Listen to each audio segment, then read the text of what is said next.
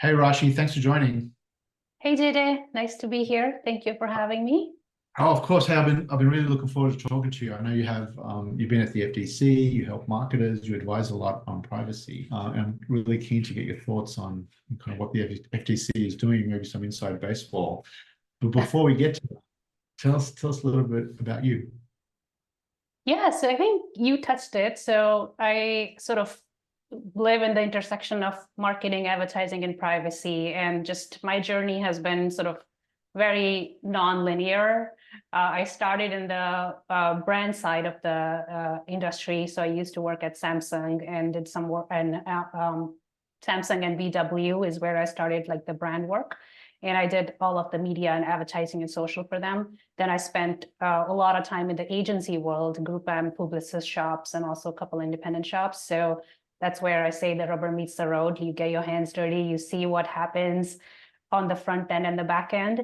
And then I did have a small stint on the ad tech side at Newstar, which is obviously now TransUnion. So I got to see a little bit of like how these products are being made, that are how personalization is powered by data, how sort of audience profiling happens, and all of that stuff. And through this journey, I got an opportunity to go to FTC.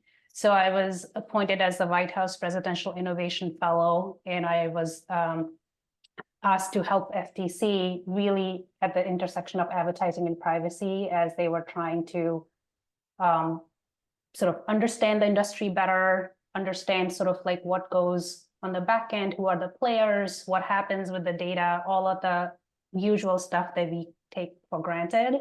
I helped with enforcement, rulemaking, 6B research. So did get a really good view into how they think about different issues and things. And now I am, as you said, I am sort of working in the industry, back in the industry, and helping companies more from both at an advertising marketing front and also privacy front.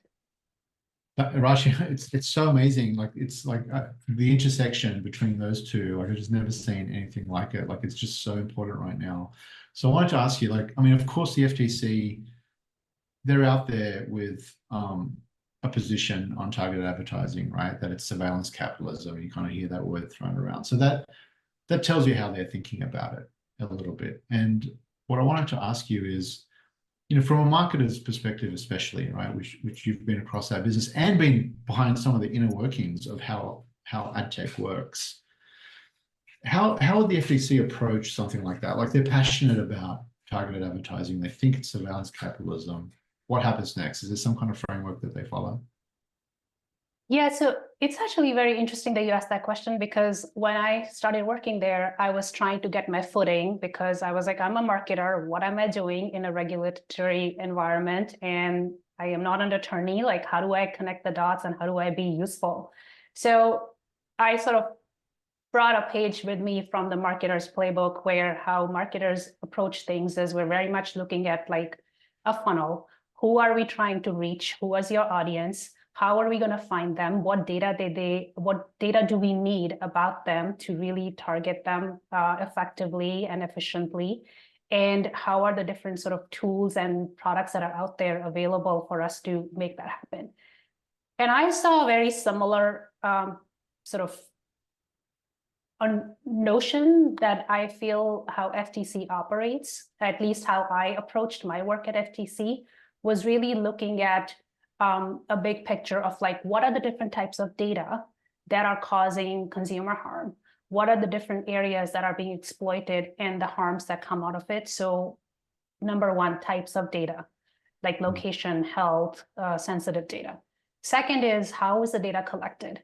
So again, this data is out there, it's being used, but we need to then get a step further down to understand what are the different practices that companies are employing to capture this data. Is it cookies? Obviously, cookies have been a problem for a while, and they still are a problem because they're not gone away yet.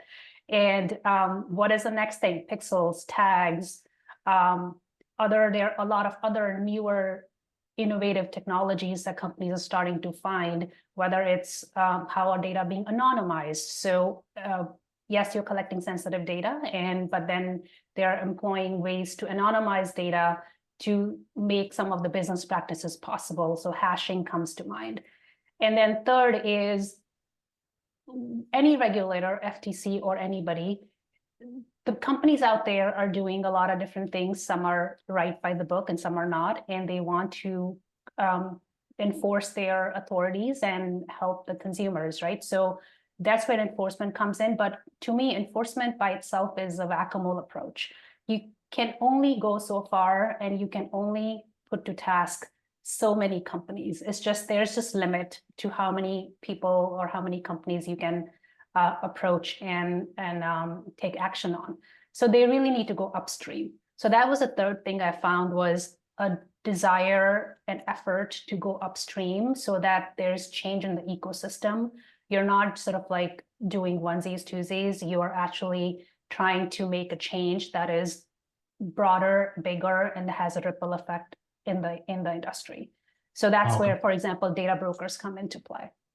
Yeah, I love that framework. So type of data collection practices, and then upstream, find some like piece of the machine, some cog in the machine that's critical to it, and really kind of dig in.